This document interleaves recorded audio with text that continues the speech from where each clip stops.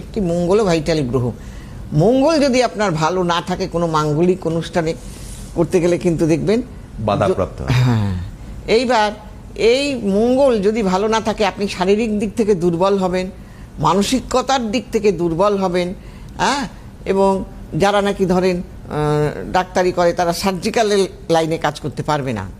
যারা সার্জিক্যালে মানে অপারেশন করে কনসেন্ট্রেশন দরকার, সেই কনসেন্ট্রেশনটা ব্রেক করে যায়। সেটাও আর সাহসিকতা, একটা কাটতে গেলে তো একটা সাহসিকতার দরকার না, তাহলে সেটা যদি না থাকে, মঙ্গল ভালো না থাকে, তাহলে সে হতে পারবে না, সার্জন হতে পারবে না। হ্যাঁ, তো সেই কারণে সেই মঙ্গল ভালো থাকতেই হবে।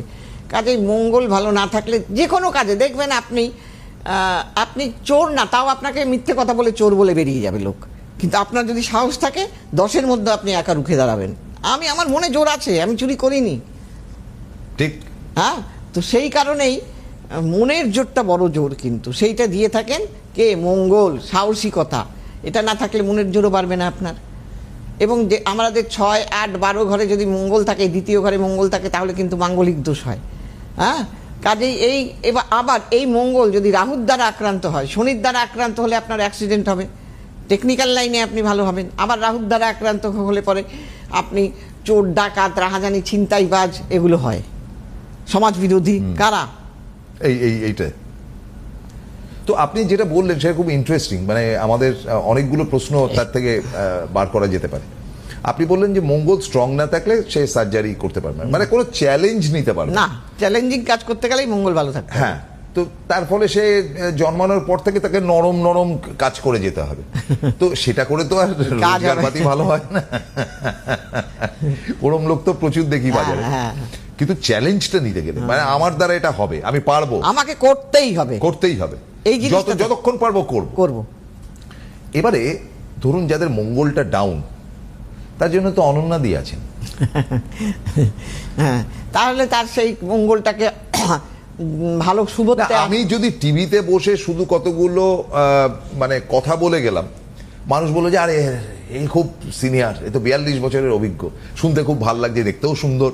হ্যাঁ, তার কথা শুনলাম, আর আমার মঙ্গলটা যে ডাউন হয়েছে বা মঙ্গল যে কোথায় রয়েছে তাও আমি জানি না, হয়তো সত্যি ডাউন রয়েছে। সেটা সংশোধনের ইচ্ছা যদি না থাকে, শুধু শুধু আমাদের অনুষ্ঠান থেকে লাভটা কি? আমাকে সেটা সংশোধন করতে হবে, যাতে আমি ভালো জায়গায় পৌঁছতে পারি। নিশ্চয়ই, তাই না? আমার আপগ্রেডেশন করতে হবে। হ্যাঁ, সেটা যদি না থাকে আমি পারবো না করতে। তো সেই কারণে মঙ্গলটাকে ভালো দেখবেন। একটা ছেলের পছন্দা ঘরে বসে বাড়িতে মামা বাবাকে হুম্বি তুম্বি করে, আর বাইরে গেলে মেচি বেড়াল কেঁচো হয়ে যায়। কেন বলেন তো? এই মঙ্গল যাদের দুর্বল থাকে তারা বাইরে গেলে ফটফুস।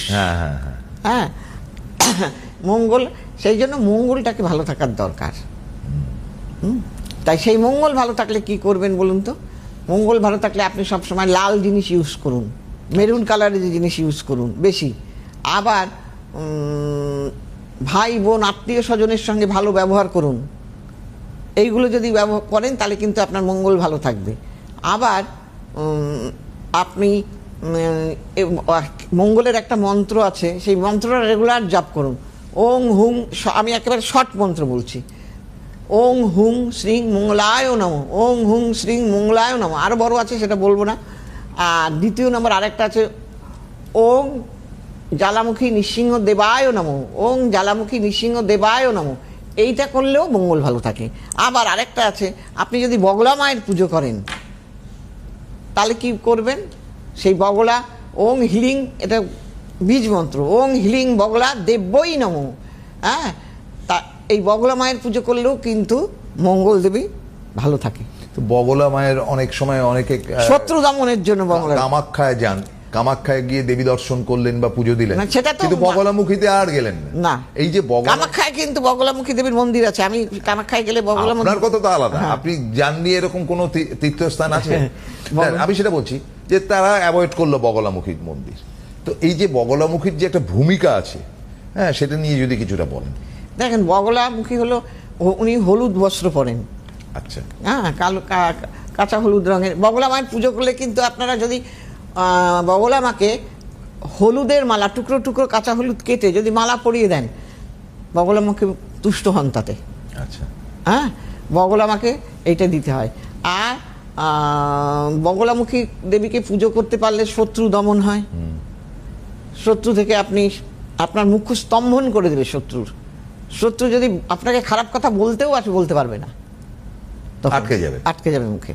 হ্যাঁ, তো সেই জন্য বগলা মাকে পুজো করলেও মঙ্গল ভালো থাকে। তাই যারা পারে ওং হুং শ্রীং বগলা ওং হিলিং বগলা দেব্যই নমঃ, এটা হলো বগলা মায়ের বীজ মন্ত্র। আমাদের তো সবই জানতে হয়, এগুলো জানতে হয়, পাঠ করতে হয়। আমি তো রেগুলারই পাঠ করি এগুলো। আপনি দেখুন, আপনার সঙ্গে তুলনা